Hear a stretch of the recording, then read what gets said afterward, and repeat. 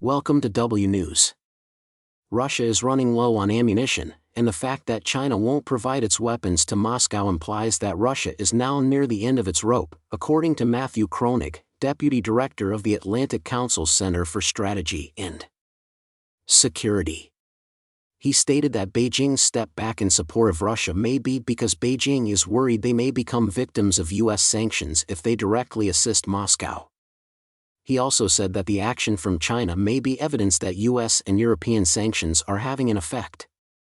The remarks follow the disclosure by declassified American information that Russia is currently purchasing millions of missiles and artillery munitions from North Korea. As we continue, please do not forget to like, comment and subscribe to our channel for more news.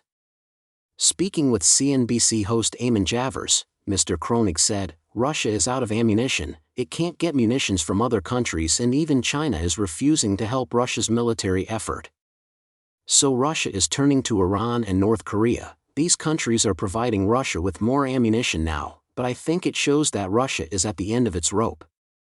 Mr. Javers asked, "North Korea is selling weapons to the Russians, but we know that North Korea is south close to China.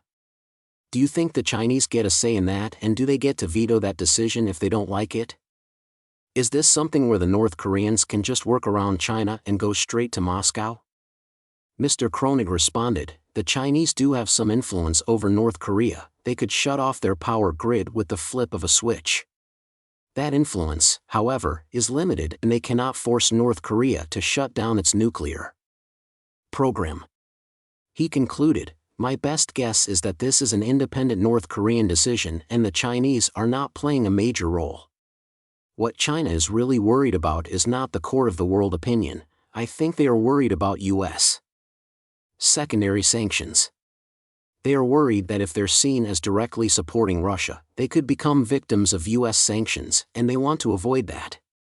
The comments came after declassified American military intelligence told the New York Times that Russia is now buying weapons from North Korea, indicating that Moscow is struggling to cope with the sanctions imposed by the West in response to its decision to invade Ukraine.